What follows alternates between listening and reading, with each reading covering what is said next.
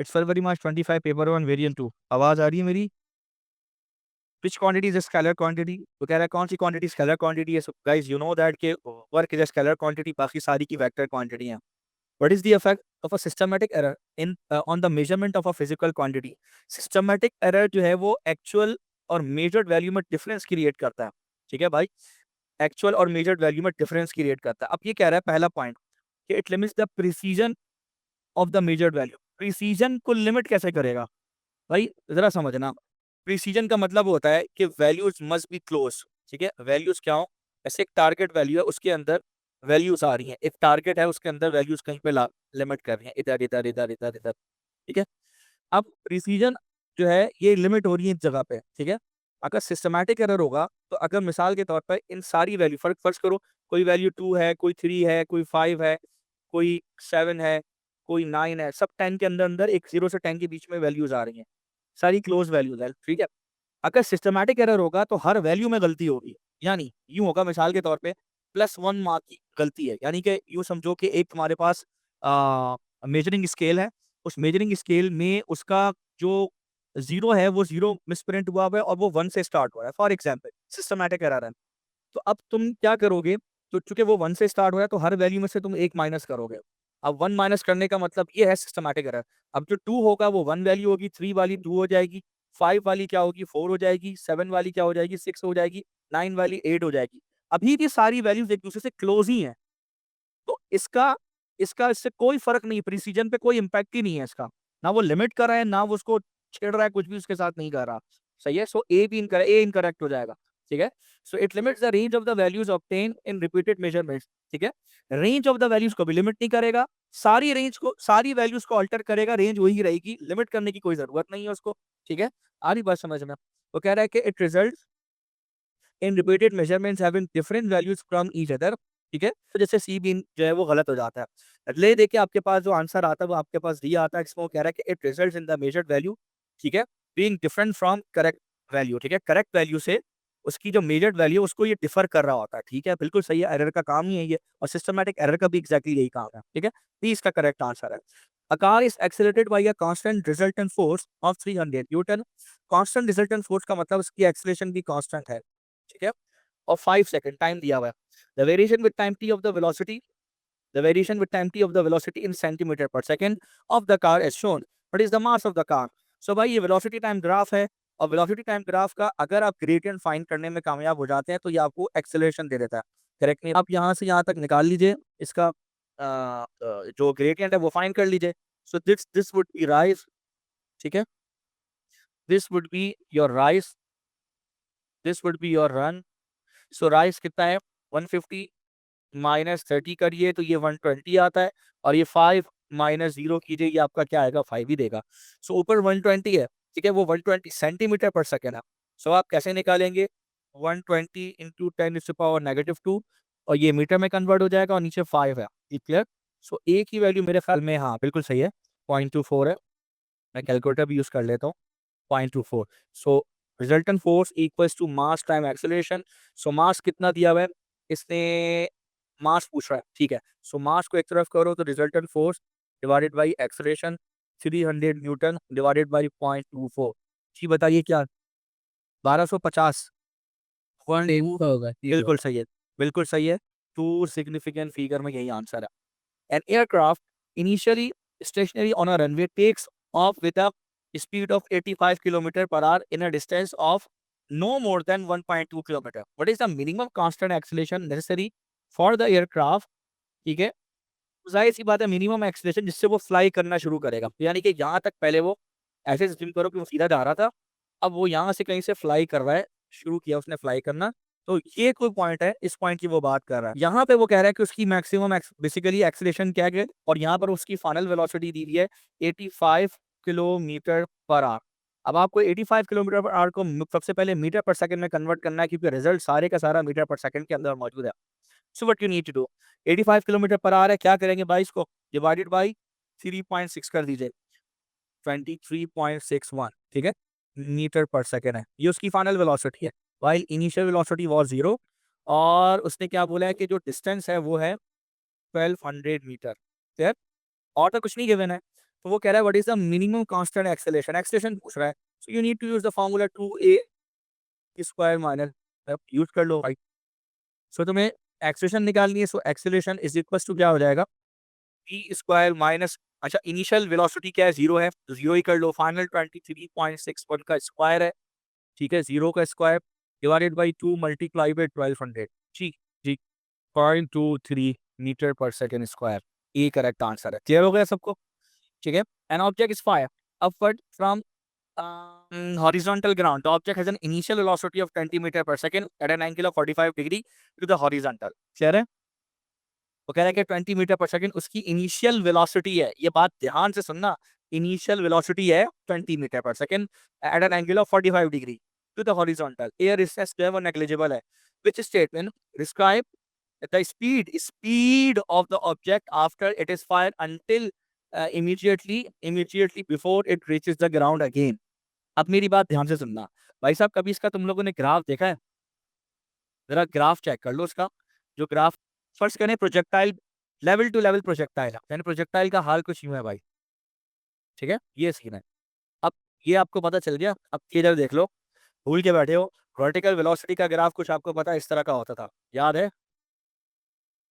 Negative gradient के साथ ये वर्टिकल वेलोसिटी होती थी, क्योंकि होता क्या था कि अगर आप इसको याद करो तो यहाँ से इसकी इस जगह पर अगर मैं आऊँ तो यहाँ पे इसका पहले ये होती थी इनिशियल वेलोसिटी u, ठीक है, ये होती थी u, और इसके दो कंपोनेंट्स यानी इसके दो बच्चे होते थे, एक इसका हॉरिजॉन्टल बच्चा होता था, ठीक है, एक इसका वर्टिकल बच्चा होता था। सो जो वर्टिकल बच्चा है वो था यू वाई और ये होता था यू एक्स। क्लियर? उसके बाद जब ये दोबारा वापस जमीन पर आकर गिरता था, ठीक है, सो जब जमीन पे आके दोबारा ये गिरता था,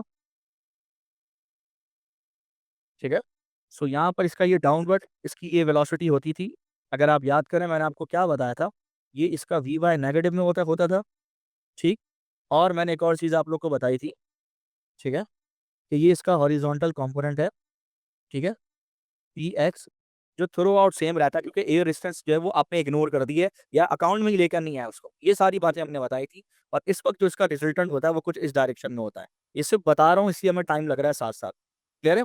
अब आप मेरी बात ध्यान से सुने, जब ये यहाँ इन दोनों को मिलाएंगे तो इसका मैग्नीट्यूड स्पीड कहेगा, तो शुरू में स्पीड मैक्सिमम है, ठीक है, जब ऊपर जाएंगे टॉप पे, तो टॉप पे जाने के बाद होता ये है कि आपके पास सिर्फ हॉरिजॉन्टल कंपोनेंट बाकी रहता है और वर्टिकल वाला जीरो हो जाता है, ठीक है,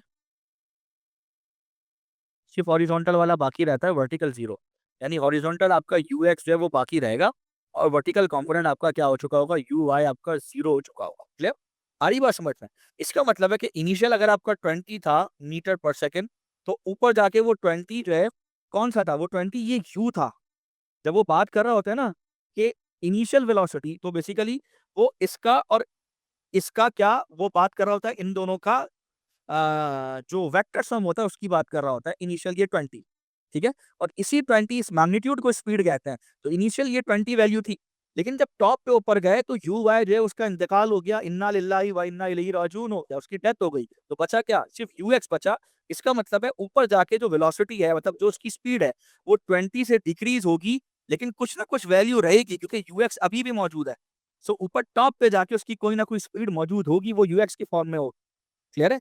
यानी जब इधर था इनिशियल तो यू एक्स और यू वाई दोनों मिला के यू बना रहे थे, ठीक है, यू एक्स और यू वाई दोनों मिला के यू बना रहे थे, लेकिन जब टॉप पे ऊपर पहुंचा तो सिर्फ यू एक्स बचा, तो ठीक है, तो सारी की सारी इसकी वेलोसिटी जो है वो अब ऊपर टॉप पे जाके जो स्पीड थी वो यू एक्स पे डिपेंडेंट हो गई। तो यू एक्स जीरो तो नहीं है, इससे ऊपर पहुंच के भी वेलोसिटी स्पीड जो है वो जीरो नहीं होगी। अब आ जाओ दोबारा नीचे, दोबारा वी एक्स और वी वाई नजर आ गए। अब इनका जो रिजल्टेंट है वी, ठीक है, वो अगर तुम निकालो तो वी एक्स का स्क्वायर प्लस वी वाई का स्क्वायर, दोबारा वही वैल्यू जो है वो 20 आ जानी है, ठीक है। इसका मतलब ये हुआ कि 20 से ऊपर जाएगा, ठीक है, यहाँ पर कोई वैल्यू लेस देन 20 होगी लेकिन ग्रेटर देन 0 होगी, फिर वापस नीचे आएगा। और अगर एयर रेजिस्टेंस नहीं है, ठीक है, एयर रेजिस्टेंस अगर नहीं है तो भाई ये रिजल्टेंट वेलोसिटी आपको एग्जैक्टली वही मिलने वाली है। Is it clear? आ रही बात समझ में? यानी ये 20 इधर भी मिलेगा अगर एयर रेजिस्टेंस नहीं है। सारी चीजें आपने इसकी जो है वो अंडरस्टैंड की है। Is it clear? आ रही बात समझ? ठीक है। अब आते हैं ज़रा इस चीज़ को सिनेरियो को देखते हैं। तो इसका ग्राफ वी वाई का ये था, Vx वाला ग्राफ इसका ये था हॉरिजॉन्टल, ठीक है, हॉरिजॉन्टल वेलोसिटी कांस्टेंट रहती है। स्पीड का ग्राफ इसका कुछ देखें तो कुछ इस शेप का बनता है आपका, ठीक है। अगर आप नोट करें, अगर आपने इसके क्वेश्चंस किए हुए हैं, तो स्पीड जो है वो पहले क्या हो रही होती है भाई, डिक्रीज हो रही होती है। उसके बाद यहाँ से दोबारा पहुंच गया, ये वो वाला पॉइंट है, ये टॉप वाला पॉइंट है, और दोबारा यहाँ पे पहुंच के स्पीड इंक्रीज हो जाती है कॉर्नर पे पहुंच के। क्लियर है? समझे? ये ग्राफ्स आप लोग सारे के सारे कर चुके हैं, क्वेश्चंस भी मैंने इसके दिए हैं, ठीक है। अब आप जरा स्टडी करें। वो कह रहा है it statement describe the speed of the object after it is fight until it immediately before it reaches the ground again. It speed decreases to a value greater than 0, बिल्कुल ठीक है, then increase to 20 metre per second. जनाब ए ही इसका correct answer होना है। बाकी study कर लें आप पढ़ें। अगले में क्या कह रहा है, its speed decreases to a value greater than 0, then increases to a value greater than 20। कैसे? अगर लेवल टू लेवल प्रोजेक्टाइल है, तो अगर यहाँ पे स्पीड इसकी जो है 20 है, तो यहाँ पे गिरने के बाद इसके दो कंपोनेंट के बाद ये जो रिजल्टेंट है ये भी 20 का ही होगा लेवल टू लेवल प्रोजेक्टाइल पे। तो ये तो अंडरस्टूड है। ये 20 से कब बढ़ेगा कि जब ये लेवल से नीचे बिलो लेवल जाएगा, अब इसका ये 20 जो है ये वैल्यू बढ़ना शुरू हो जाएगी। यार अब इसकी स्पीड बढ़ेगी। और ऐसा होता है अक्सर छतों पे क्रिकेट वगैरह आप खेल रहे होते हो तो बॉल ऊपर से शॉट लगाते हैं, तो बॉल ऊपर जाके उधर से जाके जो है वो माले से नीचे गिर जाती है, तो ये होता है वहां पर, ऐसा होता है, बहुत सारी एग्जांपल्स हैं। खैर एनीवेज, आप अगला भी पॉइंट्स पढ़ लें। Its speed decreasing to 0 then increase to 20। ठीक है, डिक्रीज टू 0 कभी भी नहीं होगी, बता रहा हूँ नहीं होगी। टॉप पे स्पीड कुछ ना कुछ होती है हॉरिजॉन्टल, तो भाई सी और डी तो वैसे ही आप काटते हैं इसको, ठीक है, बी भी क्या। ठीक है, अगला आते हैं। ठीक है, समझ आ रहा है नहीं आ रहा? उसके बाद नेक्स्ट आते हैं, what is the statement of the principle of conservation of momentum. Principle of conservation of momentum की दो स्टेटमेंट थी। पहली मैंने आपको वो बताई थी जो हमारे टीचर अक्सर नहीं पढ़ाते और जो पढ़ानी चाहिए उन्हें, क्या है कि इन दी एब्सेंस ऑफ, याद करें, ये था, यहाँ से मैंने स्टार्ट किया था और मैंने ये बताया था कि in the absence of external force the net change, अगर ये वाला पार्ट आपका जीरो हो जाए तो net change in linear momentum zero. ठीक है, in the absence of external force, तो ये सेंटेंस मैंने उधर से आपको पढ़ाना शुरू किया था। सो इस हिसाब से अगर आप चेक करें तो इसका सी आंसर बनता है। ठीक है, ए में देखिए ना, total momentum and total kinetic energy are always conserve, नहीं, वो इलास्टिक और इनइलास्टिक कोलिजन की बात होती है। मोमेंटम के केस में आपकी कोई बात नहीं की काइनेटिक एनर्जी की। बी में कह रहा है कि the total momentum is conserve only in elastic collision. ठीक है, वो पूछ क्या रहा है, principle of conservation, principle of conservation की स्टेटमेंट का सवाल कर रहा है और जवाब में क्या कह रहा है कि total momentum is conserve in elastic collision. हालांकि हालांकि इससे मतलब ये स्टेटमेंट की बात हो रही है यहाँ पे। ठीक है, इस स्टेटमेंट से इसका क्या ताल्लुक इलास्टिक कोलिजन का, बताएं।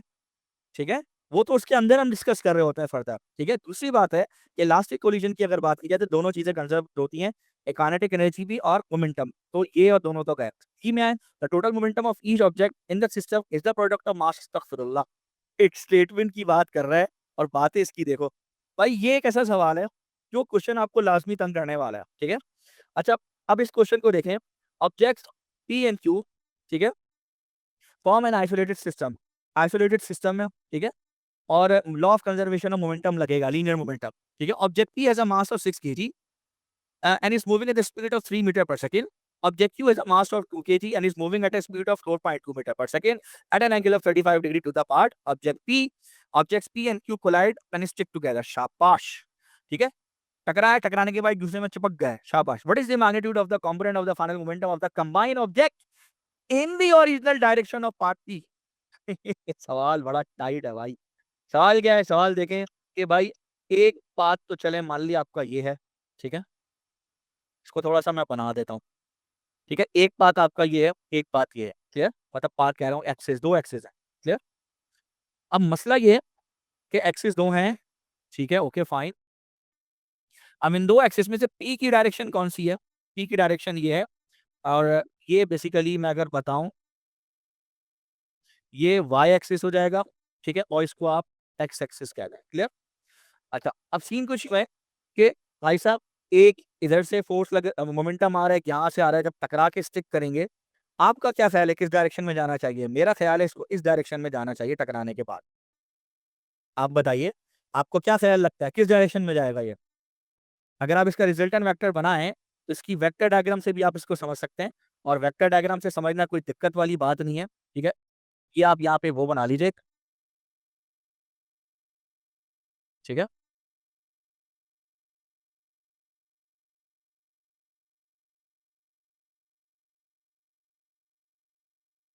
ठीक है? ये तरह का पैरेललोग्राम लॉ हो जाएगा और आप उससे बना लें इसको, आपको समझ में आ जाएगा कि किस तरह का ये बनना है। और इसके बाद बनने के बाद जो उसमें डायरेक्शन होनी चाहिए रिजल्टेंट मोमेंटम की, वो ये वाली डायरेक्शन होनी चाहिए। आ रही बात समझ?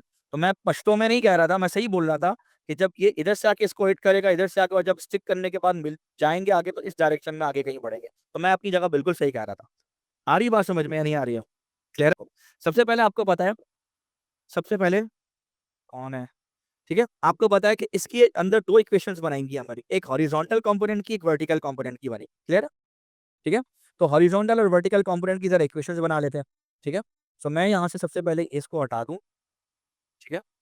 इन सबको हटा दूँ यहाँ से, इसको भी हटा दूँ, फिलहाल अभी इसकी ज़रूरत नहीं है, आगे जाके इस पे काम करेंगे। तो 2 इक्वेशंस हमारे पास बनने वाली हैं, पहली फॉर हॉरिज़ॉन्टल, दूसरी फॉर वर्टिकल। सो पहले हॉरिज़ॉन्टल एक्सिस पे बात करें, एक्स एक्सिस पे बात करें, तो एक्स एक्सिस पे बात करेंगे, तो अब आप देखिए कि before collision and after collision, so total momentum before collision is equals to total momentum after collision, TMBC and TMAC. Clear? अब बिफोर कोलिजन देखा जाए तो भाई ये इसका मोमेंटम, ठीक है? अच्छा, अब ये इसका मास था 6 3 ज़ा 18, तो मैं लिखूंगा ज़ाहिर है 6 3 ज़ा 18, 6 मल्टीप्लाई बाई 3 80 प्लस यहाँ पे जो ये बॉल थी, बॉल क्यू थी, वो ज़ाहिर है उसका जो मोमेंटम था ये पी का था, ये क्यू का है तो वो 0 हो जाएगा, वो रुकी हुई थी। उसके बाद आफ्टर कोलिजन पे अगर बात करें, सो आफ्टर कोलिजन अब इधर देखो, ये आ रहा है U, इसका अगर मैं कंपोनेंट पता करूं हॉरिजॉन्टल, तो वो इस डायरेक्शन में होगा, अपोजिट। ठीक है? आ रही बात समझ में? और ये अगर पॉजिटिव एक्स एक्सिस है तो ये वाला क्या हो जाएगा, नेगेटिव एक्स एक्सिस। तो इस वाले का मोमेंटम, इस क्यू का मोमेंटम जो होगा, ठीक है, जो क्यू वाले का मोमेंटम होगा, जिसकी मैं बात कर रहा हूँ, जो है वो बिफोर कोलिजन हमारा जो होगा, ठीक है, मतलब कोलिजन करने से पहले इस डायरेक्शन में होगा, लेफ्ट वाली डायरेक्शन में होगा।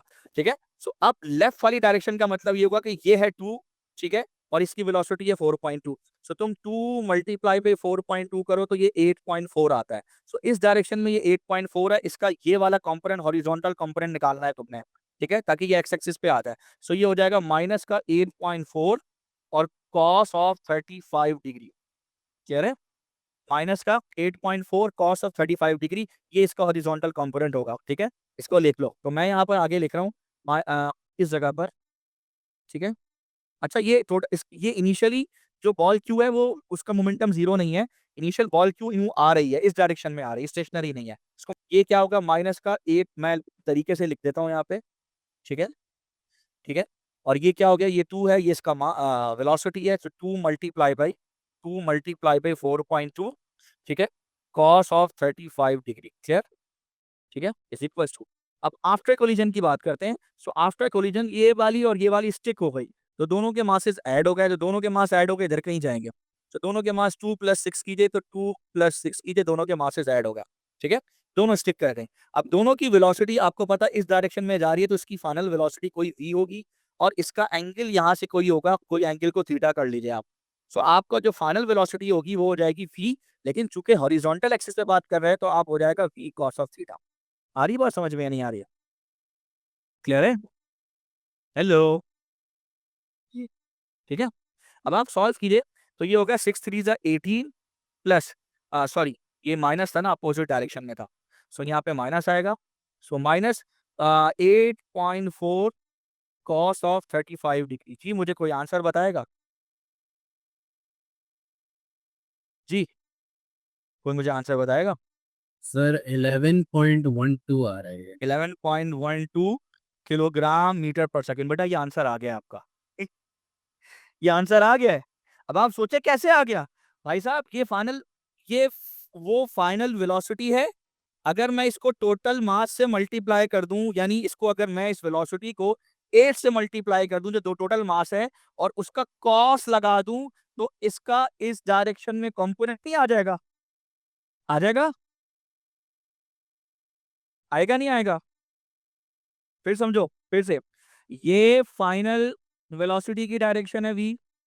अगर मैं इसको टोटल मास से मल्टीप्लाई कर दूं तो फाइनल मोमेंटम आ जाएगा pt।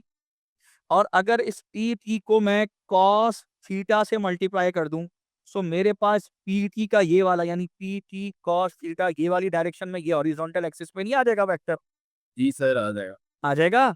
तो उसने सवाल क्या किया, what is the magnitude of the component of the final momentum of the combined object in original direction of P, इस डायरेक्शन में, यानी पी टी कॉस थीटा निकालने की ही बात कर रहा था वो। तो हमारा आ गया, कितना आया भाई? 11.12। राउंड ऑफ करो, सिग्निफिकेंट फिगर में 11 बनता है। अब इसका एक और तरीका भी हो सकता है कि आप पैरेललोग्राम लॉ बनाएं, इसकी डायग्राम बनाएं, और इधर से आप जो है वो, ठीक है, ठीक है, ये आप बना लें, और बनाने के बाद यहाँ से आप जो है चाहें तो कुछ करना चाहें तो कर लें भाई।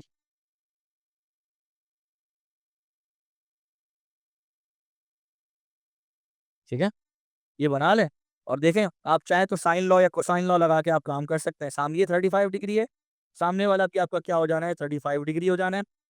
ये दोनों जो है वो 360 में से 70 माइनस कीजिए, 290 आएगा, और 290 डिवाइड बाय 2 कीजिए तो सामने वाला भी 145 डिग्री होगा, ये वाला भी 145। इसकी ज़रूरत नहीं पड़ेगी वैसे अब, ठीक है, इन दोनों की ज़रूरत नहीं पड़ने वाली। ठीक है, तो ये 35 हो गया।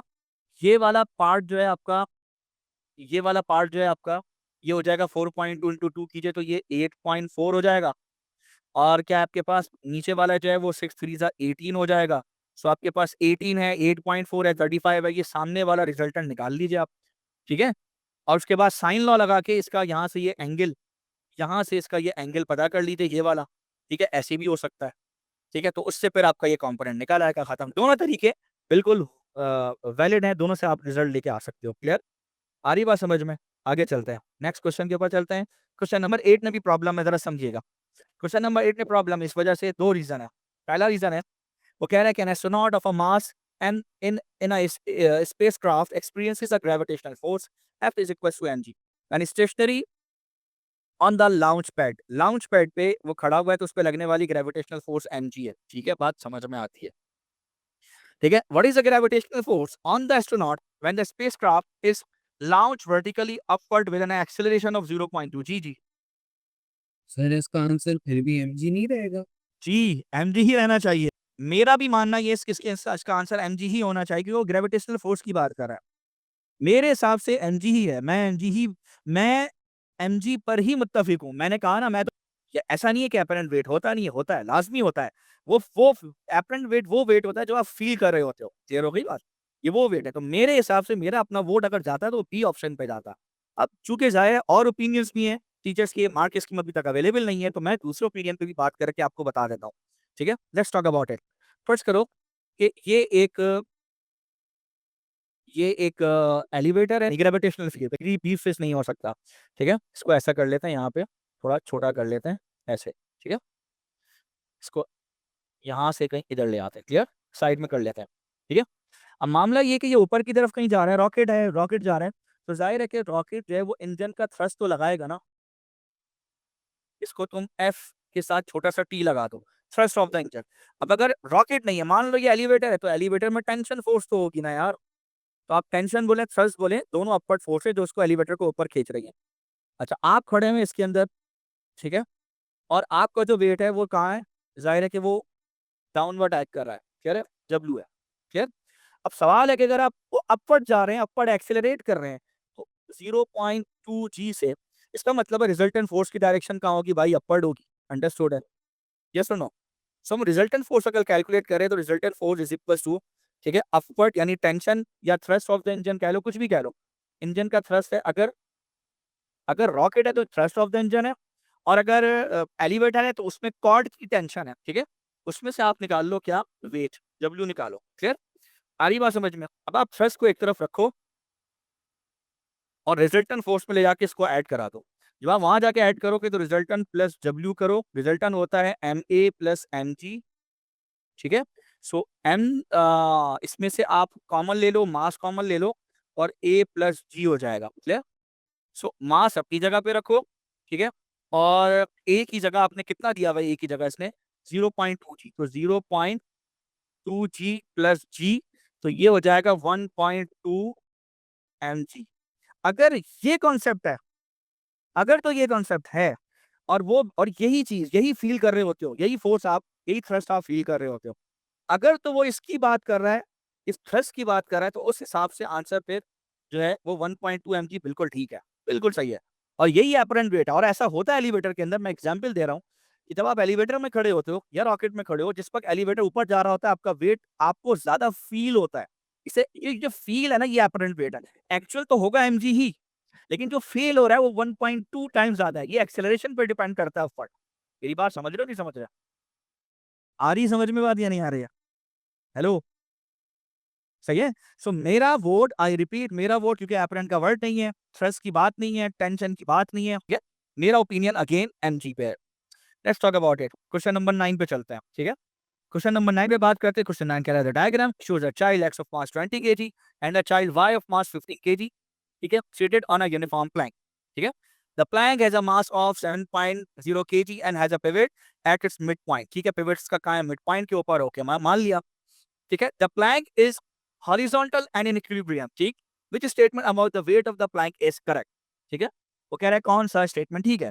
The weight of the plank can be considered to be acting at its midpoint, सही है ना यार? अगर सेंटर ऑफ ग्रेविटी बीच में है, ठीक है, मिड पॉइंट है, हॉरिजॉन्टल इक्विलिब्रियम है, तो ठीक है, कट कंसीडर कर सकते हैं, ठीक है? तो इसका ये एज इसका ठीक हो जाएगा, सेट है, कोई मसला ही नहीं है, बच्चों वाला ये रिस्पॉन्स, ठीक है? बाकी भी पढ़ना चाहे पढ़ लें अपनी तसल्ली के लिए, कोई मसला नहीं है। The weight of the Planck is causing anti clockwise moment, नहीं, अगर बीच में वेट है तो नहीं करेगा, ठीक है? अगर इधर या इधर वेट होता तो फिर वो ज़ाहिर है एंटी क्लॉकवाइज या क्लॉकवाइज मोमेंट करता, ठीक है? Weight of the plank equals to the force on the plank from pivot, नहीं, ठीक है? इसी के फोर्स में 2 वेट भी आ जाएंगे इधर, ठीक है? तो बिल्कुल सही है, ये 2 वेट भी आ जाएंगे और एक फोर्स जो है वो इसकी अपवर्ड भी लगाएगा, तो 3, तो ऐसा नहीं होगा। The weight of the plank can be considered to be acting at its mid point, ये सही है। चलें आगे मूव करते हैं, ठीक है? लेट्स मूव क्वेश्चन नंबर 10 पे आ जाते हैं, ठीक है? ये हमारा होकर गया, क्वेश्चन नंबर 10 पे आ जाते हैं। लेट्स मूव क्वेश्चन नंबर 10 क्या कह रहा है? क्वेश्चन नंबर 10 क्या कह रहा है? An object is fully submerged in a liquid, ठीक है? A student determines the ratio क्या है? Upthrust of the object divided by weight of the object। upthrust का फॉर्मूला किसको पता है क्या होता है? रो जी वी। ये वॉल्यूम ऑफ ऑब्जेक्ट है, इमर्स,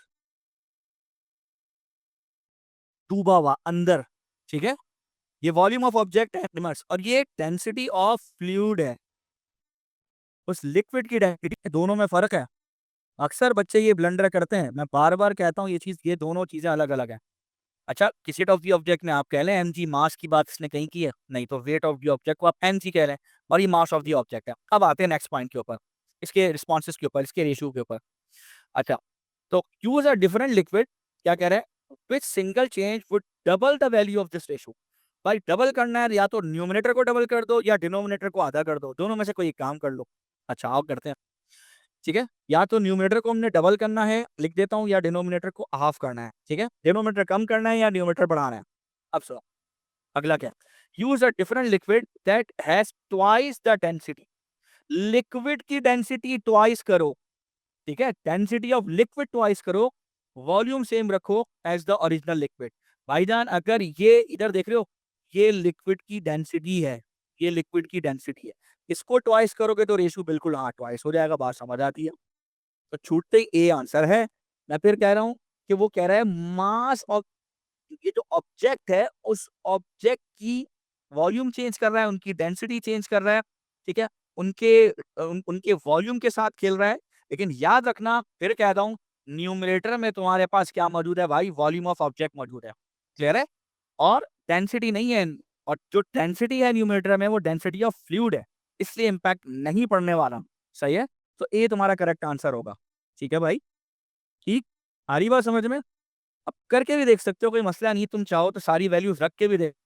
वो कह रहा है use a different object that has a twice the density, ठीक है? ऑब्जेक्ट, ये ऑब्जेक्ट की डेंसिटी है, मास अपॉन वॉल्यूम, ठीक है? वो कह रहा है जिसकी twice the density, density twice हो और वॉल्यूम सेम हो, तो मास भी डबल हो जाएगा।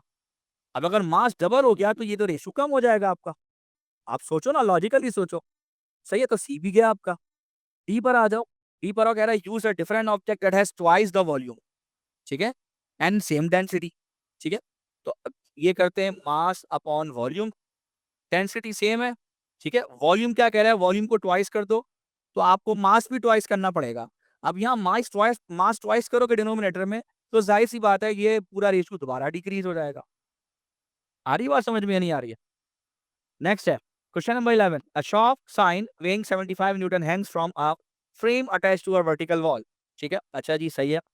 उसके बाद क्या कह रहा है, the frame consist of a horizontal rod X Y and a rod y z that is at an angle of 30 degree to the horizontal rod xy is attached to the wall by hinge at x and has a length of 0.5 meter, ठीक है। assume that the weight of the rod are negligible, ऊपर भी दिया हुआ है a shop sign weighing 75 newton hangs from a frame attached to a vertical wall, ठीक है।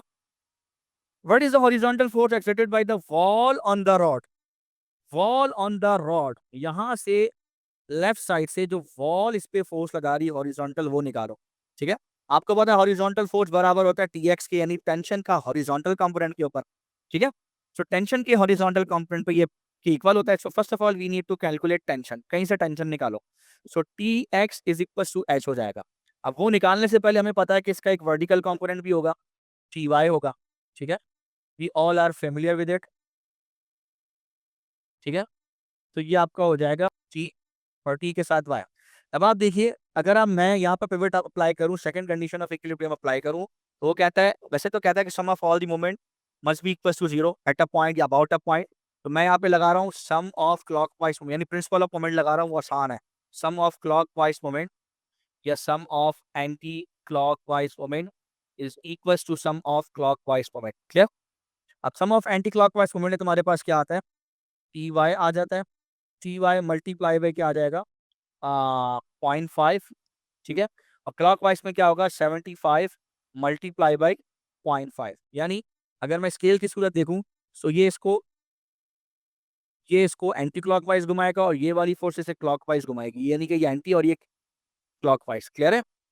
आ रही बात समझ में? तो उस हिसाब से 0.5 से 0.5 कैंसिल, टी वाई की वैल्यू 7.5 आ जाएगी, सॉरी 75 आ जाएगी, टी वाई जो है वो 75 आ जाएगा। अब टी वाई बराबर होता है टी साइन 30 डिग्री के is equal to 75। So T की वैल्यू 75 डिवाइड बाई साइन 30 कीजिए, सो ये हो जाएगा 150 न्यूटन, क्लियर है। आ रही बात समझ में? टी हो जाएगा 150 न्यूटन, क्लियर। अब 150 का दोबारा से आप चाहे तो कॉस लगा दें, सो कॉस करने पर टी एक्स आ जाएगा। तो ये देखें, T cos 30 degree is equal to H.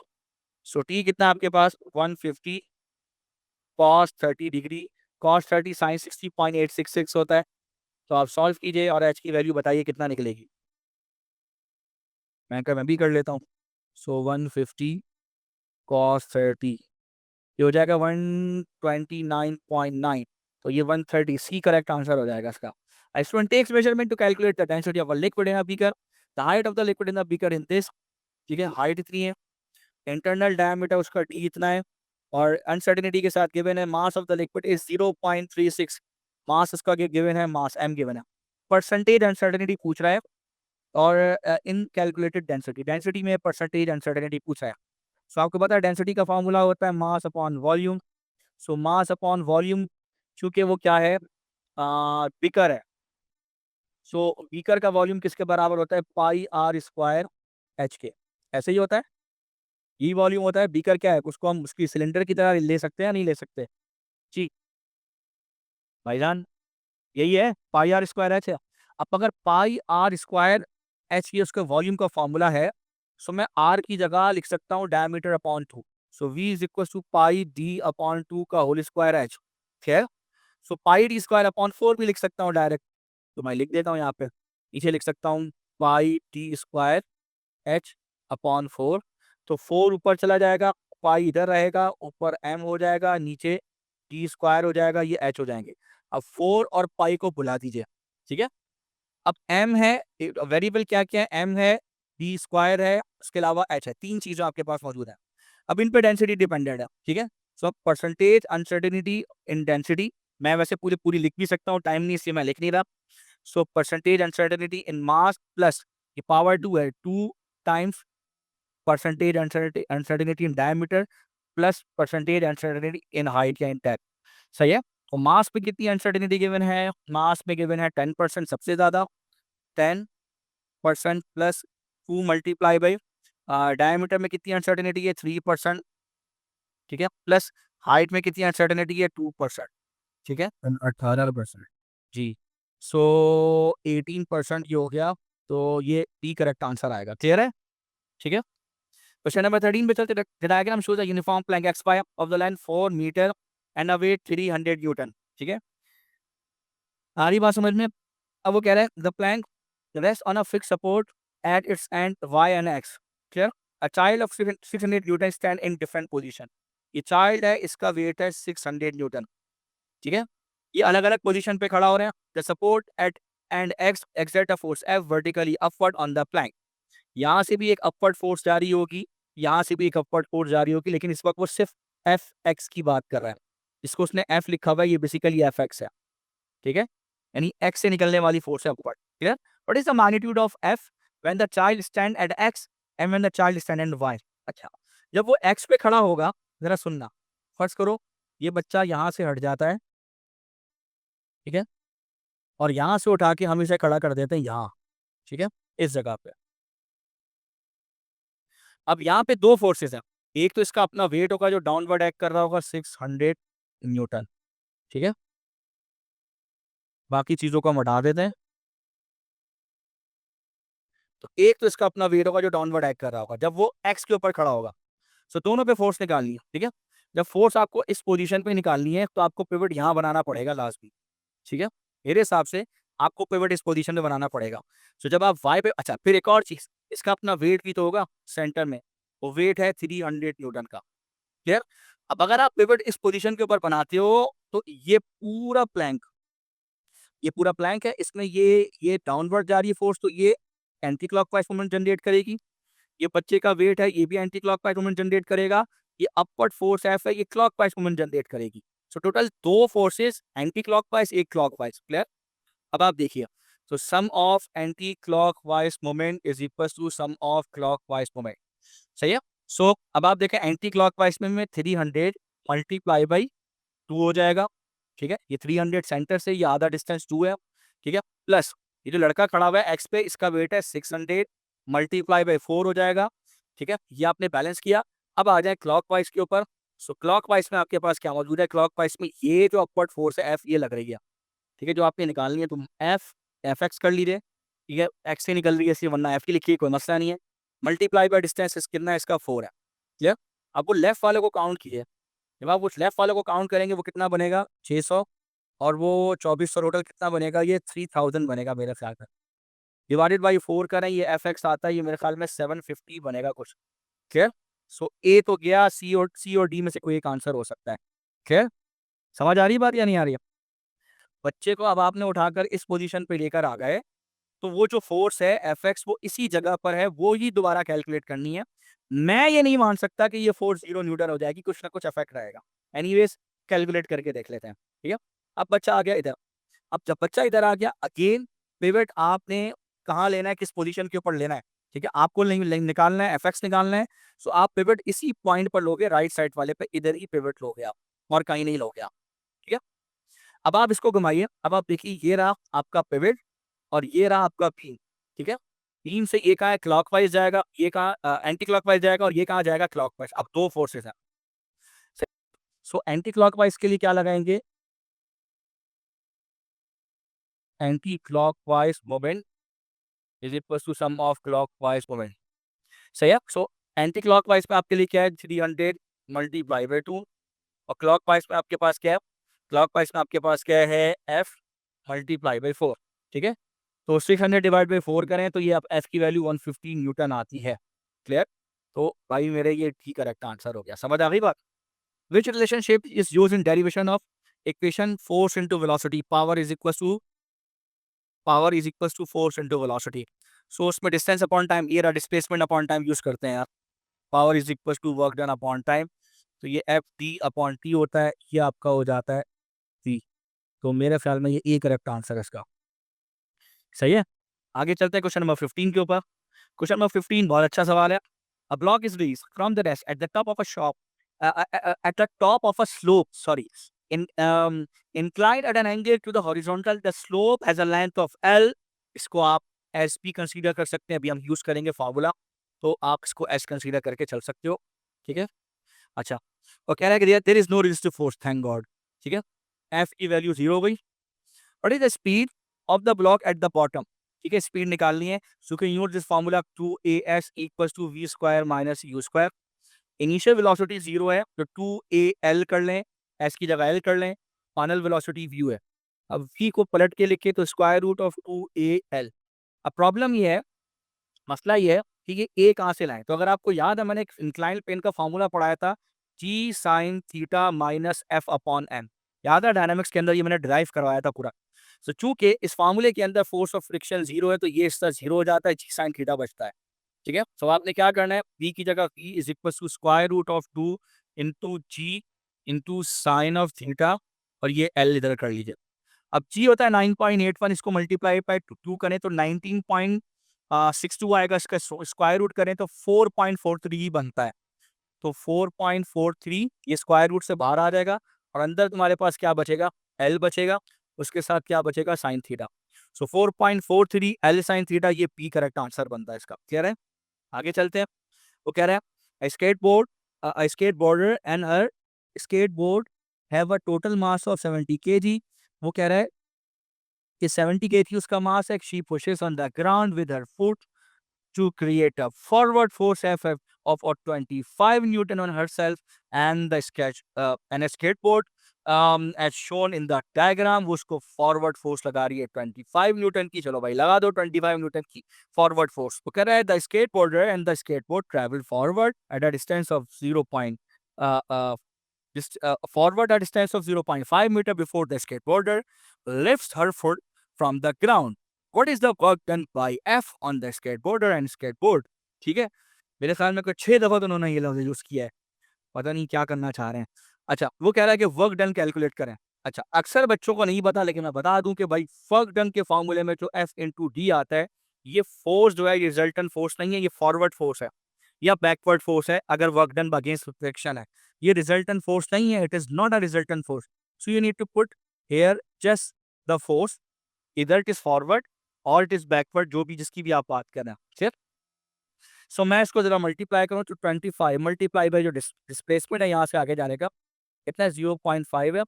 सो ये 25 का आधा करें तो मेरे ख्याल में ये 12.5 बनता है, 12.5 जूल। सो राउंड ऑफ करें 13 जूल टू सिग्निफिकेंट फिगर में। सो ये ए करेक्ट आंसर बनेगा, फिर a turbine at at a hydroelectric power station पर टरबाइन है जो कि situated at a vertical distance of 30 meter below the level of the surface of the lake। The water passes through a turbine at a rate of 340 meter cube per minute। The overall efficiency of the turbine and a generator system is 90%। The density of the water is 1000। What is the useful power output of the power station? पहले तो total power input वो जा कितनी रही है अंदर वो पता करो। So बेसिकली होता क्या है कि ये कहीं पर डैम होता है, यहाँ तक पानी होता है, और इधर से कहीं से नीचे, उसकी हाइट से कहीं नीचे इधर कहीं, अगर मैं बताऊँ, इधर कहीं नीचे जो है वो यहाँ पे कहीं टरबाइन लगे होते हैं, पानी नीचे गिरता है, इधर कहीं टरबाइन होता है, नीचे की जगह पे कहीं पर टरबाइन लगे होते हैं, ठीक है। और वाटर जो है वो नीचे की तरफ आते हैं तो टरबाइन, तो ये वर्टिकल हाइट बता देते हैं आपको। कितनी बता दी इन्होंने, 30 मीटर बता दी, यहाँ टरबाइन लगे हुए हैं, ठीक है। ये वाली कहानी है, ठीक है। अब वो ये कह रहा है कि जनाब कि यूजफुल पावर आउटपुट, तो टोटल पावर इनपुट तो पता करो। तो टोटल पावर इनपुट वो है जितना ऊपर से नीचे गिर रहा है।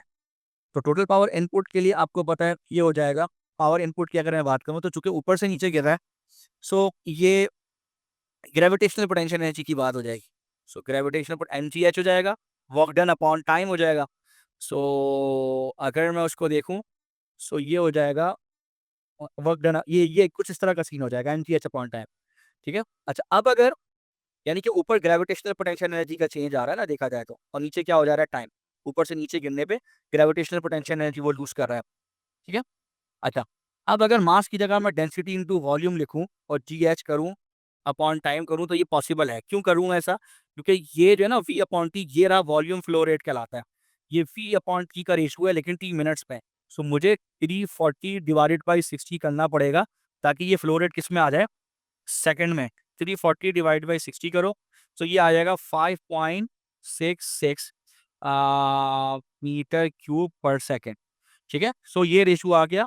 सो अब डेंसिटी कितनी है, 1000 multiply by volume flow rate 5.66 multiply by 9.81 multiply by 30। So ये पावर इनपुट आ जाएगी जी 1667700 वॉट। क्लियर? सर आ- सर ठीक है, देख लेते हैं, देख लेते हैं। तकरीबन ये आंसर बनेगा, जो ये बनेगा almost 1.7 into 10 two two 426 6 watt के करीब कोई वैल्यू बनेगी। आंसर तो डी होगा। सही है, हाँ। ठीक है। ठीक है, देखते हैं। 1.7 एक्सपोनेंट 6 वॉट इसका होगा। ठीक है, अब अगर आपने क्या निकालना है एफिशिएंसी से, इसका वो पावर आउटपुट निकालना है। सो आपको पता है efficiency is equal to power out upon power in, useful power out upon in multiply by 100। इसको क्रॉस मल्टीप्लाई करा दीजिए, रीअरेंज कीजिए। तो 90% है ना, डिवाइडेड 90 है। So 90 divided by 100 multiply by power in कितना है, 1.7 से कर लीजिए, इंटू 10 to the power 6 करें। सो ये आपके पास पावर आउट आ जाएगा। और ये सॉल्व करने में मेरे ख्याल में अगर 90% निकालें इसका, ठीक है जी, क्या वैल्यू आ 1.53 times 10 power 6। 1.53 आ रहा है ना। सो ये तो 1.5 जी 1.5 मेगा। ठीक है, तो ये इसका ये आंसर हो जाएगा। क्लियर है? नेक्स्ट आते हैं प्रोजेक्टाइल लॉन्च एट 45 डिग्री। कह रहा है कि प्रोजेक्टाइल है वो लॉन्च हुआ 45 डिग्री पर। ठीक है, और कह रहा है कि उसकी इनिशियल काइनेटिक एनर्जी ई है। assume that the air resistance to be negligible, what will be the kinetic energy of the projectile when it reaches its highest point? उस पे इसकी काइनेटिक एनर्जी क्या है? कह रहा है कि जिस वक्त उसको लॉन्च किया उसकी इनिशियल, जाहिर है कि उसकी काइनेटिक एनर्जी होगी कुछ ना कुछ। ठीक है, और फाइनल इनिशियल काइनेटिक एनर्जी को कह रहा है कि उसकी ई है। अब ये जो इनिशियल काइनेटिक एनर्जी आप निकालते हो, हाफ एन, और आगे जो वेलोसिटी लिखते हो कौन सी लिखते हो? इनिशियल काइनेटिक एनर्जी के लिए आप रिजल्टेंट इनिशियल वेलोसिटी निकालते हो, यू इस पे लिखोगे। ठीक है, यानी कि फर्स्ट करो एक प्रोजेक्टाइल है। जी बोलो। सर तो इसका आंसर ये आएगा ना फिर। हाँ, इसका आंसर ए होगा। ठीक है, लेकिन ए लाना है, या तुम सस्पेंस के लिए जो है वो ख़राब कर रहे हो लड़के, मसला हो जाएगा। ठीक है, सो इनिशियल काइनेटिक एनर्जी इस पॉइंट पर होगी। ठीक है, इस पॉइंट पर इसकी इनिशियल काइनेटिक एनर्जी होगी, इस पॉइंट पर। ठीक है, और फाइनल काइनेटिक एनर्जी जाहिर है इसकी इधर होगी। यहाँ पे इसकी जो इनिशियल वेलोसिटी है वो ये रिजल्टेंट वाली थी ना, इसका मैग्नीट्यूड होगा। ठीक है, इसमें दो कंपोनेंट है, यू एक्स है और यू वाई है। क्लियर है? और 45 डिग्री में दोनों वेलोसिटी सेम होती है। यानी अगर मैं 45 डिग्री पे बात करूं, अगर मैं 45 डिग्री पे बात करूं, स्क्वायर रूट करूं, तो u x square plus u y square. तो 45 डिग्री पर देखा जाता है दोनों वेलोसिटीज, यानी यू एक्स और यू वाई इक्वल हो जाती हैं 45 डिग्री पे।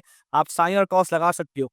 यू साइन 45 डिग्री लगाएं तो भी 0.707 आता है, यू कॉस लगाएं तो भी 0.707 आता है। आ रही बात समझ में? नहीं आ रही है? जी, मेरी बात है कि हमें एक बात पता है कि प्रोजेक्टाइल मोशन है, और प्रोजेक्टाइल मोशन में हम जाएंगे हाफ प्रोजेक्टाइल, पूरा प्रोजेक्टाइल नहीं जाना मिलेगा। ठीक है, हमें ये चीज़ पता है। ठीक है, सो इनिशियली इस जगह पर जो उसकी काइनेटिक एनर्जी है, इनिशियल काइनेटिक एनर्जी, इधर जो काइनेटिक एनर्जी है वो उसको उन्होंने ई लिया हुआ है, यानी जो बॉटम पे लिया हुआ है वो ई है, और जो टॉप पे है वो हमें नहीं पता। ऐसे ही है ना, टॉप वाली हमें निकालनी है। ठीक है, अब इनिशियल जो इसकी वेलोसिटी थी यानी यू, वो यू की क्या वैल्यू थी, यू इज इक्वल टू, या अगर मैं यू एक्स की बात करूं, तो इनिशियल जो इसकी वेलोसिटी है यू एक्स, वो किसके बराबर है, यू कॉस 45 डिग्री, यही है।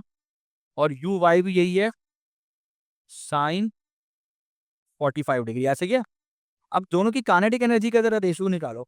ठीक है, kinetic energy at top upon kinetic energy at bottom is equal to velocity का स्क्वायर एट टॉप, वेलोसिटी का स्क्वायर एट बॉटम। सही है यहाँ तक ये प्रॉब्लम? अब टॉप पे तो मैंने निकालना है, बॉटम पे तो चलो समझ में आ गया कि आपके पास क्या है, कि ई है। अब टॉप की वेलोसिटी क्या होगी? टॉप पे तुम्हें पता है कि जब तुम टॉप टॉप पे पहुंचे तो तुम्हारे पास फाइनल कंपोनेंट तो उड़ गया, तो क्या बचा तुम्हारे पास? हॉरिजॉन्टल कंपोनेंट बचा, सिर्फ वी एक्स बचा। ऐसे ही बचा, यानी वी टी का जो स्क्वायर है वो वो क्या है, वो वी एक्स का स्क्वायर प्लस वी वाई का स्क्वायर होगा, ऐसे ही होगा ना। सो ये तो पार्ट जीरो हो गया। सो ये पार्ट टोटल इसके हॉरिजॉन्टल कंपोनेंट पर है और ये टोटल इनिशियल कंपोनेंट के ही बराबर होता है। यानी ये तो इसका जो हॉरिजॉन्टल कंपोनेंट होगा इनिशियल, इसके फाइनल ये दोनों सेम सेम होंगे। आ रही बात समझ में? और यू एक्स के बराबर है you square cos square 45 degree का, यही है जी, है जी। कि नहीं? तो मैं न्यूमरेटर में लिख सकता हूँ, ये भी लिख सकता हूँ, ये भी लिख सकता हूँ। बहरहाल जान छुड़ाने के लिए फिलहाल मैं ये लिख देता हूँ अभी। क्लियर? बाद में अगर तुम बोलोगे तो मैं इसको पूरा भी लिख देता हूँ, कोई टेंशन नहीं है। मैं इसको यू स्क्वायर कॉस 45 का स्क्वायर लिख देता हूँ। कॉस 45 का ओहो कॉस 45 का स्क्वायर लिख देता हूँ, सही है? ठीक है? अब डिनोमिनेटर में बॉटम पे वेलोसिटी है। अब बॉटम की वेलोसिटी जो तुम निकाल लेते पहले, यानी इनिशियल वेलोसिटी थी, वो क्या थी? Square root of u x, square of u x plus उसका वाई, ऐसे ही था। ठीक है? मैं कह रहा हूँ दोनों कंपोनेंट सेम है। दोनों कंपोनेंट सेम है कि नहीं है? इनिशियल यू एक्स भाई 45 डिग्री पे दोनों कंपोनेंट सेम होते हैं या नहीं होते? कि मैंने यू एक्स को तो अपनी जगह दिखा, यू वाई को भी यू एक्स कंसिडर कर लिया। ठीक है, कर लेता हूँ, कोई टेंशन नहीं है। इसका तो मतलब है √2 यू आ जाएगा हमारे पास। जी, तो ये अब मैं स्क्वायर रूट लेने पे अंडर रूट टू अपनी जगह और ये यू एक्स बाहर आ जाएगा, ऐसा ही है? क्लियर है? ठीक, तो मैं नीचे अंडर रूट टू के साथ यू एक्स भी लिख सकता हूँ। ठीक है, और अगर मैं स्क्वायर और चूंकि इस पे स्क्वायर डाला हुआ है तो मैं स्क्वायर लेने की जरूरत ही नहीं है। इसका स्क्वायर कर ले तो मैं यहाँ से रूट हटा देता हूँ, ये रूट हटा देता हूँ, ये रूट हटा देता हूँ, ये रूट हटा देता हूँ। ठीक है, और इस पे इसका जो ये कंपोनेंट है एक्स, इस पे स्क्वायर लगा देता हूँ। तो नीचे 2u(x) स्क्वायर आ जाएगा। ठीक है, और न्यूमरेटर में जो मैंने कॉस वॉस लगाया था इसकी भी चिरान खत्म, यहाँ पर भी यू एक्स का स्क्वायर आ जाएगा। ये दोनों मतलब है सिर्फ हमारे पास रेशियो से आंसर आ जाता है। जी, ठीक है। ये आपने आपने कैसे पता किया? आपने आंसर देख के पता किया ना। टेक्निकल देखो, मैं यही कह रहा हूँ, ये ई उधर चला जाएगा तो ये e/2 आ जाएगा आपका आंसर। अब समझ आई बात? तो भाई पहले पहले टॉप पे वेलोसिटी निकालोगे, ठीक है, अलग, यानी टॉप पे रिजल्टेंट वेलोसिटी अलग, फिर बॉटम की रिजल्टेंट अलग। समझ में आ रही है? कह रहे हैं? क्योंकि बॉटम पे दो चीजों की कंट्रीब्यूशन है, यूएक्स यूआई दोनों की, बॉटम और टॉप पे सिर्फ एक की है। ठीक है, इस वजह से ये A correct answer. A wire is extended, देखो a wire is extended by a tensile force, ठीक है, a wire is extended by a tensile force, वो कह रहे हैं, so that is its deformation is elastic, ठीक है, what is meant by elastic? Ji elastic, जी वो कह रहा है the extension of the wire is proportional to the tensile force, नहीं elastic का ये मतलब नहीं है elastic deformation का, the extension of the wire is not proportional to the tensile force, elastic का ये मतलब नहीं है, when the force is removed object does not return, ये plastic होता है। ठीक है, when the tensile force is more, wire returns to its original part, बिल्कुल ठीक है। Clear? A bolt is subjected to a tensile force, ये bolt है, it is subjected to a tensile force. The bolt has a circular cross sectional area at end x and a diameter 2d. At end y the diameter is d. What is the ratio of stress at y to x? Stress as y to stress at x. तो ये force of y upon area, ठीक है, of y, force at x upon area at x। चूंकि tensile force दोनों तरफ से एक ही apply हो रही है, तो एफ वाई, और इसका रास्ता भी एक ही है जाने का, गुजरने का। So F Y is equal to F X is equal to F कीजिए। सो आप डायरेक्टली इसको इससे कैंसिल कर सकते हैं, इनको रीअरेंज कीजिए तो ए एक्स ऊपर आ जाएगा, ए वाई नीचे आ जाएगा। अब जरा देखिए ए एक्स में, तो अब जो इनके एरिया का रेशू होता है वो इनके स्क्वायर ऑफ द डायमीटर का रेशू भी होता है। सो डायमीटर ऑफ एक्स का स्क्वायर डिवाइड बाई डायमीटर का स्क्वायर एट वाई। क्लियर? तो इनका रेशो अब ये हो गया 2d, तो ऊपर 2d का स्क्वायर नीचे d का स्क्वायर, तो इसको कीजिए तो ऊपर 4d का square upon d square, cancel कीजिए 4 आएगा। ठीक है, डी करेक्ट आंसर है। क्लियर है? तो is the relationship between the force acting on a compression spring, ठीक है, and the change in length of the spring. ठीक है, वो change in length of the spring की बात कर रहा है, कंप्रेशन स्प्रिंग की बात कर रहा है, चलो देख लेते हैं। ठीक है, one of this spring is placed in each corner of a horizontal square, एक स्क्वायर होगा कोई इस तरह का। ठीक है, कोई इस तरह का स्क्वायर होगा, इस तरह का होगा भाई।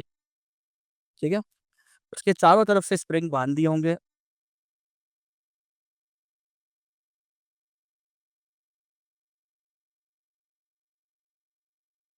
इस तरह से कुछ करके बांध दिया होगा उसको, क्लियर, कहीं से छत से। अब वो क्या कह रहे हैं, the axis of each spring in a vertical direction, these four spring support a total load of 160 Newton. वो कह रहा है कि टोटल 160 न्यूटन का लोड जो है वो सपोर्ट कर रहा है। आ रही बात समझ में? अब आप देखिए, चार स्प्रिंग है, वो कह रहा है कि टोटल मिला मिला के 160 का लोड सपोर्ट कर रहा है। सो आपको पता है इलास्टिक पोटेंशियल एनर्जी का फार्मूला, वो कह रहा है कि होता है 1/2 इज इक्वल टू के एक्स स्क्वायर कर लीजिए, या हाफ ऑफ एफ एक्स कर लीजिए, दोनों फार्मूले ठीक है। One of these spring is placed in a corner of horizontal plate. The axis of each spring in vertical direction. These four springs support a load of 160. What is the total elastic potential energy stored in four spring? चारों spring पे मिला के elastic potential energy कितनी होती है?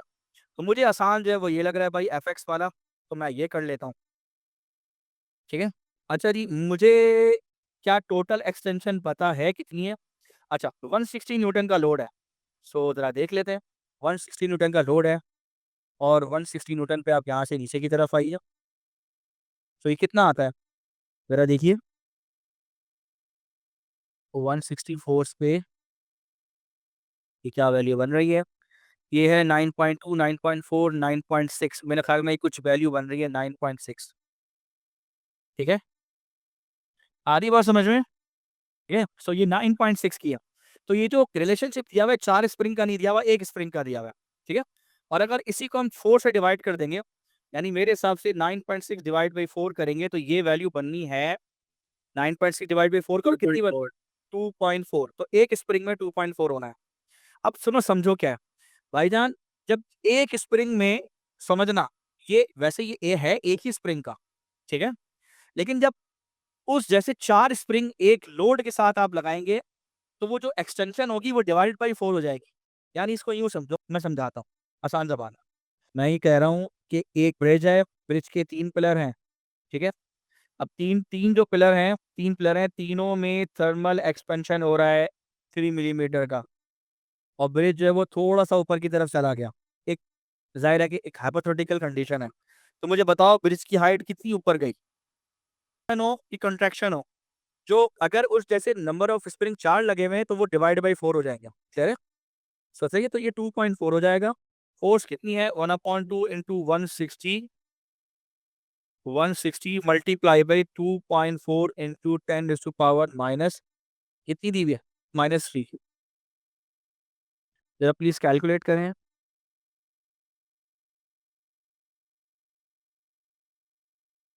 ये आता है सर 0.19 आएगा। 0.192, तो 0.19 जूल्स पे जाएगा, क्लियर।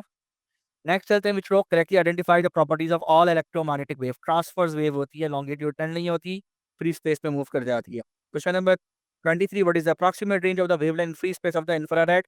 इंफ्रारेड आपको पता है 400 से 700 नैनोमीटर विजिबल की रेंज होती है। ये रेड कलर होता है, ये वायलेट होता है। इससे आगे बड़ी जो वेवलेंथ 700 से बड़ी, वो होगी इंफ्रारेड। रेड के आगे इंफ्रारेड होती है, डी करेक्ट आंसर होगा, ठीक है। The diagram shows a car traveling at a यार ये इतना जबरदस्त सवाल है। A car traveling at a constant speed in a straight line between person P and Q. Person P के करीब आ रही गाड़ी और Q से दूर जा रही है, उसमें कोई हॉर्न है वो बज रहा है, ठीक है। Which statement about what person P and Q hear during the motion of the car are correct? Person P hear a sound of increasing frequency. Person Q hear a sound of decreasing frequency. बच्चे confuse. Person Q always hear the sound of higher frequency than P. जी, कौन सा answer ठीक है? Sir 1 और 2 होगा। हाँ जी, B होना चाहिए आप लोग के एतबार से, सब ऐसे ही है ना आयरा, सब ऐसे ही है, बी होना चाहिए। लेकिन मैं फैक्ट बताऊं, बी नहीं है, इसका आंसर सी है। एक सेकेंड, मैंने सही से पढ़ा नहीं, आंसर नन ऑफ द होगा। क्यों होगा? क्यों? क्योंकि person P will hear a decreasing frequency, person Q will hear a person Q will always hear sound of higher frequency. करीब आ रहा है उसके, तो फ्रीक्वेंसी हायर सुनेगा। तुम लाउडनेस पे कंपेयर करते हो, अक्लमंदों। लाउडनेस पे नहीं क्या करो, गुडनेस इंक्रीज हो रही। सुनो, लाउडनेस इंक्रीज हो रही होती है करीब आने पे, वो एक अलग कहानी है। फ्रीक्वेंसी कांस्टेंट होती है लेकिन बढ़ी हुई होती है ओरिजिनल से, इसे एपरेंट फ्रीक्वेंसी कहते हैं। सो एपरेंट फ्रीक्वेंसी एक्चुअल फ्रीक्वेंसी से ज्यादा होती है लेकिन फिक्स होती है, ये मैं बता रहा हूं तुम्हें। जी बोलो। सर अगर ये कार इंक्रीजिंग स्पीड की तरफ जाती वो है ही नहीं, डॉपलर इफेक्ट में ऐसा है ही नहीं कुछ। फिर फिर एक्सेलरेटेड फ्रेम आ जाएगा बेटे, फिर एक्सेलरेटेड फ्रेम ऑफ रेफरेंस हो जाएगा, कहानी बहुत डिफरेंट हो जाएगी, सिलेबस में नहीं है ये। ठीक है, तो नहीं है, उसको छोड़ दो। ठीक है, a progressive wave of 300 hertz travelling at a speed of 600, तो वेवलेंथ आपकी तो पहले निकालो, v upon frequency 600 upon 300, 2 metre. So 2 metre पे आपको पता है अगर वेवलेंथ 2 मीटर की हो, आपको पता है कि वेवलेंथ अगर 2 मीटर की हो तो उसका फेस जो है वो पूरा एक चक्कर जो उसका लगता है फेस का, फेस एंगल का 360 का होता है। और अगर 2 का आधा 1 मीटर की हो तो फेस एंगल 180 डिग्री का, और 0.5 की हो तो ये 90 डिग्री का। E correct answer. ठीक है, हाँ, a polarised beam of light with intensity I. ठीक है, इस ये बेसिकली आई नॉट दी हुई इंसिडेंट गिवन है।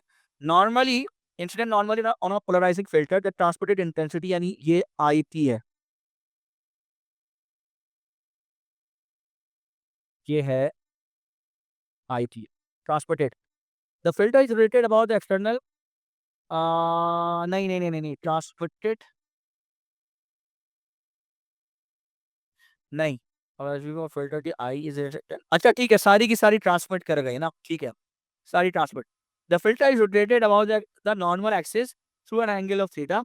ठीक है, द ट्रांसमिटेड इंटेंसिटी, अच्छा ये हो गई ना, अब चेंज हो गई, ट्रांसमिटेड इंटेंसिटी ये हो गई। ठीक है, वो गई 0.75। व्हाट इज द एंगल, तो मलूज लॉ का पता है, transmitted upon incident cos square theta. So transmitted 0.75 I, और नीचे सिंपल आई देख लेता हूँ।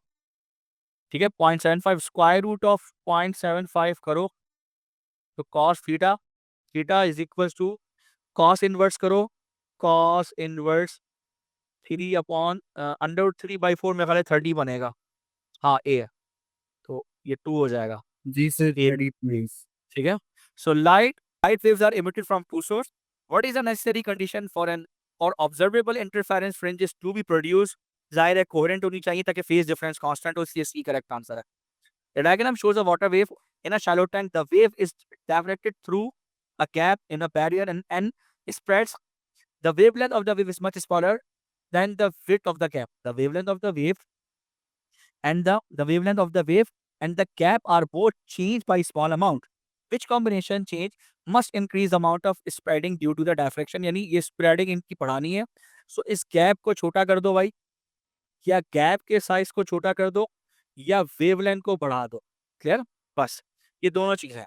सो वेवलेंथ बढ़ा दो ये, और गैप का साइज को छोटा कर दो, तो ये सी होना चाहिए। बिल्कुल ठीक है, सी करेक्ट आंसर है। The light of the wavelength 567 nanometre is incident normally on diffraction grating, the grating has a wavelength 400 lines. अभी जो ग्रेटिंग दिया हुआ है ये 1/d की वैल्यू दी हुई है 400।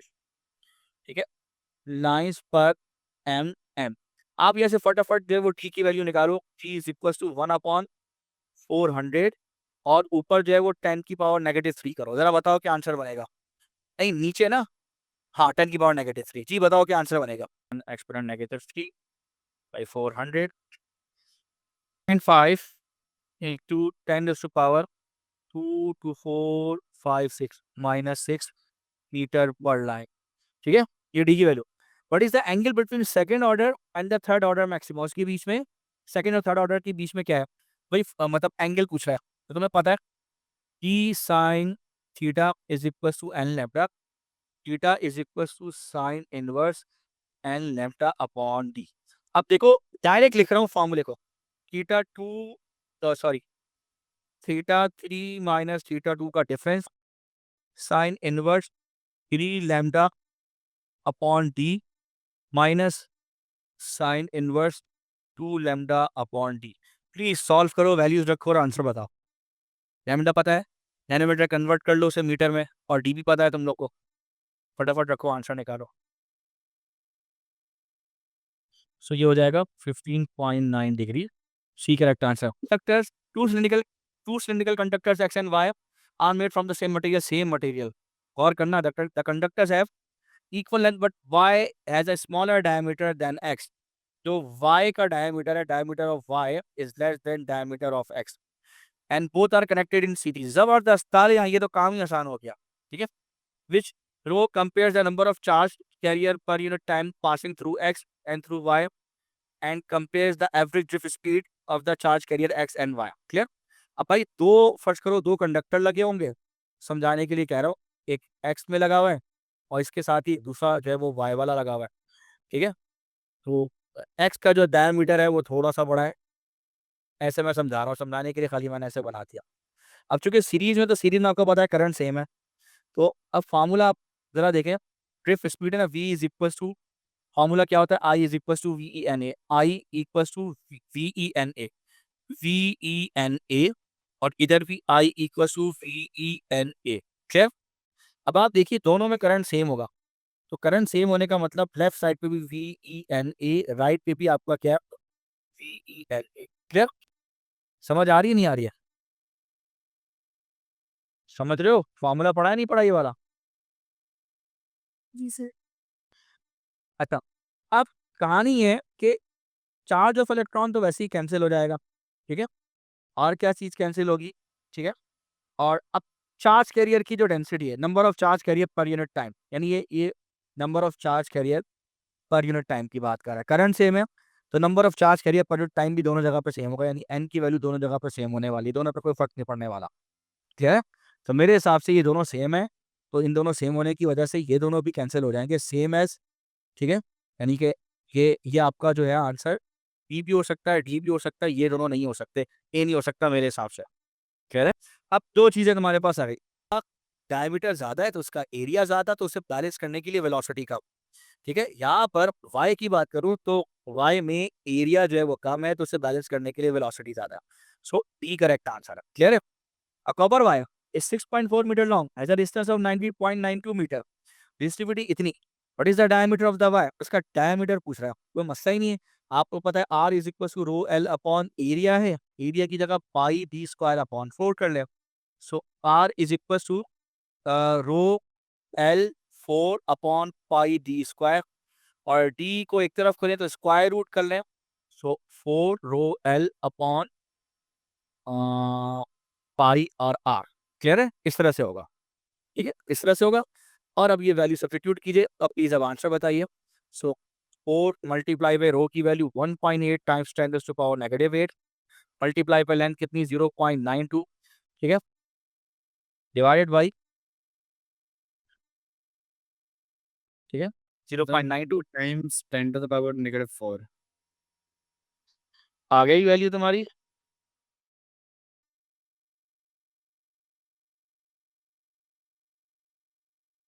एक सेकंड रुकना, कितना आ रहा है, 4 इंटू 10⁻⁻4, जी सी करेक्ट आंसर है इसका। सॉल्व कर लीजिए। अगर thermistor is connected to a cell with negligible internal stir, which graph shows a variation with temperature of the power? P correct answer है।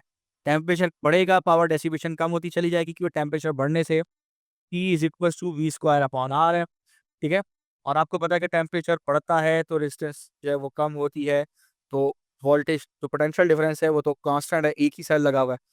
तो इतने यार यूनिवर्सिटी पर क्वेश्चन है, तो उसका ग्राफ कुछ इस तरह से आएगा, बी वाला ऑप्शन होगा। And a metal electrical conductor has a resistance of 5 kilo ohms, potential difference कितना applied across it, how many electrons? वैसे फार्मूला होता है इसका, लेकिन मैं कभी भी फार्मूले से नहीं पढ़ाता, मैं तरीके से चलता हूँ। ठीक है, सबसे पहले तो इसका करंट पता करो, करंट कितना है, current is equal to V upon R, so 9/5600। कितना करंट आ रहा है भाई, 9/5600, 9 divide by 5600, 1.6 is equal to 1.6 exponent -3 ampere. ये करंट हो गया, ये पर सेकंड में। ठीक है, आ रही बात समझ में? और अगर आपने वो निकालना है, ठीक है, तो उसका सबसे पहले वो पता कर लो, कूलम चार्ज पता कर लो। सो Q इज इक्वल टू, आपको पता है क्या होता है, आई डी। सही है, सो 1.6 इंटू 10⁻³ मल्टीप्लाई बाई टाइम कितना, 1 मिनट 60 सेकेंड है। जी जनाब, मल्टीप्लाई बाई 60 करें तो ये हो जाएगा 0.096 कूलम। इतना चार्ज पास हुआ है, ठीक है, 1 मिनट में। आपको पता है 1 कूलम चार्ज में 6.25 इंटू 10⁻18 इलेक्ट्रॉन होते हैं। सो 0.096 कूलम में कितने होते हैं, मल्टीप्लाई करा दो।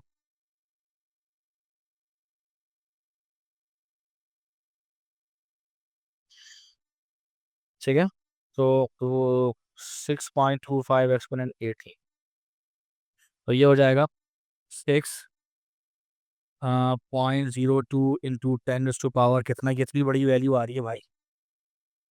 नंबर ऑफ डिजिट्स गिनो, उसके गिनते ही रह जाएंगे हम। सर ये सवाल पहले भी आ चुका है, इसका आंसर सी होगा, 6 टाइम्स 10⁻⁻17। ये मैंने पहले सवाल किया है। कर लिया हमने। अब इसको फॉर्मूले से कैसे करेंगे वो भी सुन लो। Q इज इक्वल टू, इसका जो चार्ज का जो n का फॉर्मूला होता है वो होता है basically IT upon charge of electron. मेरे ख्याल में इससे आप निकाल सकते हो। के लिए Q इक्वल्स BT/R ना करने, बस क्योंकि हमारे पास मसाला है। कर लो, लेकिन कूलम चार्ज देखो, बेसिकली मैंने कूलम चार्ज को स्टैंडर्डाइज किया हुआ है, मुझे याद है कि 1 कूलम चार्ज में इतने इलेक्ट्रॉन होते हैं। तो मुझे इसका मतलब था, मुझे पहले पता था कि मुझे पहले कूलम चार्ज फाइंड करना है। समझ रहे हो?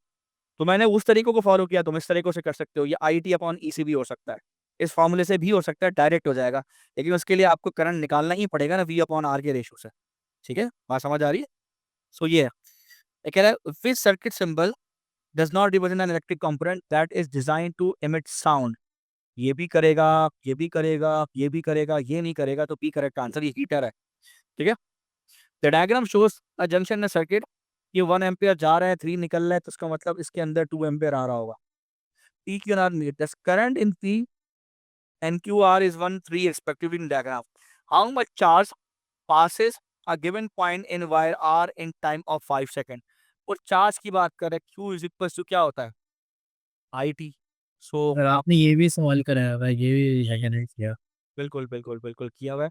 सी इसका करेक्ट आंसर हो जाएगा।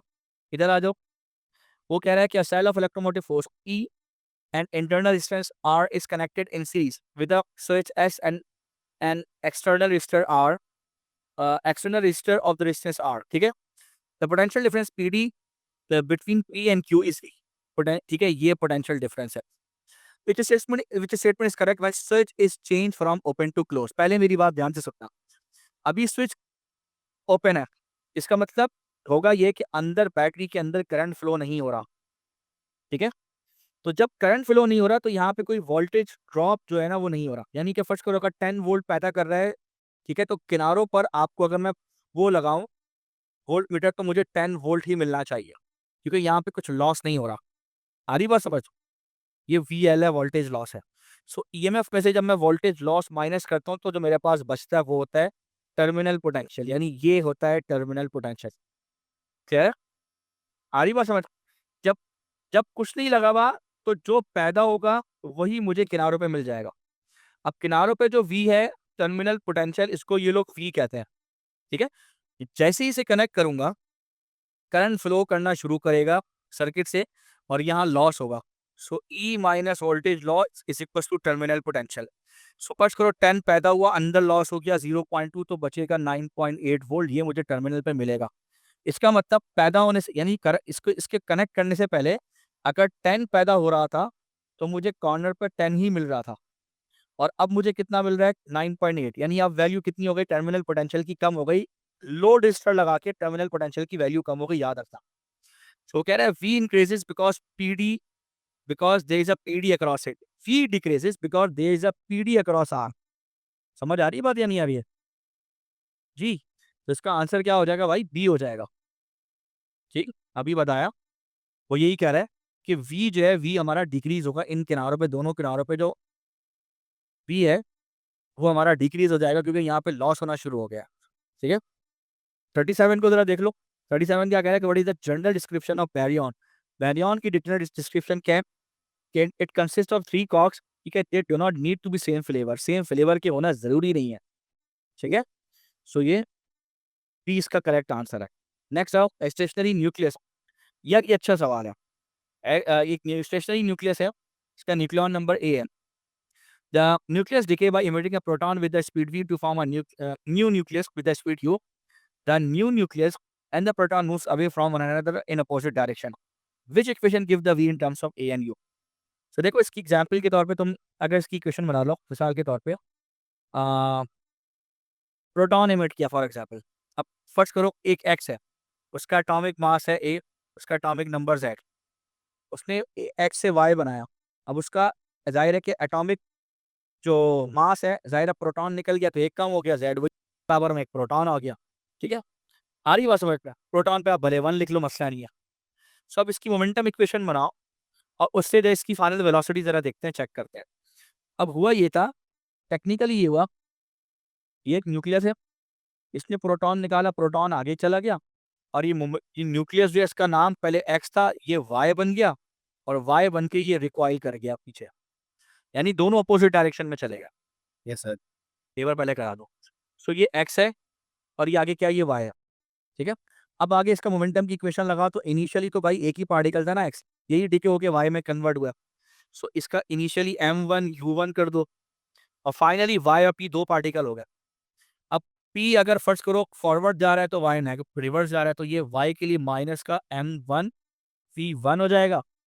ठीक है, ऐसे कर लो, या वाई को तुम वाई की डायरेक्शन को तुम पॉजिटिव ले लो और पी की डायरेक्शन को तुम नेगेटिव ले लो, ऐसे भी कर सकते हो, कोई टेंशन नहीं है। ठीक है, यूं कर लो। सो वाई की डायरेक्शन क्या है, पॉजिटिव है, तो वाई का m1 v1 हो जाएगा और पी जो है वो अब नेगेटिव डायरेक्शन में, तो इसका m2 v2 हो जाएगा। क्लियर, ये हो जाएगा। ठीक है, अब क्या है भाई, इनिशियली एक्स जो है वो रेस्ट में है। ठीक है, रेस्ट में कंडीशन में इसको आप वो करोगे, इनिशियली वो लिखा हुआ है स्टेशनरी न्यूक्लियस, तो इनिशियली इसका मोमेंटम 0 हो गया। ठीक है, अब उसका जो मास है, वाई का मास है, ये वाई का मास है। ठीक है, ये जो हम वो m1 ले रहे हैं वो वाई का ले रहे हैं। सो ये आपका हो जाएगा a-1 और इसकी वेलोसिटी जो है वो इनिशियल वेलोसिटी थी वो u। ठीक है, और जो m2 है यानी जो प्रोटॉन है, उसका मास जो है ज़ाहिर है वो 1 होगा और इसकी सिंपल वेलोसिटी को v ले लेंगे। अब v को उस तरफ देख लीजिए तो ये हो जाएगा a-1 इंटू u। आ रही बात समझ में? p इसका करेक्ट आंसर हो जाएगा। क्लियर, लास्ट है, सेकंड लास्ट है। What is the change to the quark composition of the nucleus take place during beta positive decay? Beta positive में प्रोटॉन जो है वो न्यूट्रॉन में कन्वर्ट होता है, तो एक अप क्वार्क डाउन में कन्वर्ट होता है। ठीक है, up to down, D correct answer है। ठीक है, what is the charge in terms of elementary charge E on charm quark? Charm quark के ऊपर जो है वो आपको पता है +2/3 होता है। ठीक है, मुझे ये वही पता है भाई, +2/3 होता है, इसका डी करेक्ट आंसर है। ठीक है।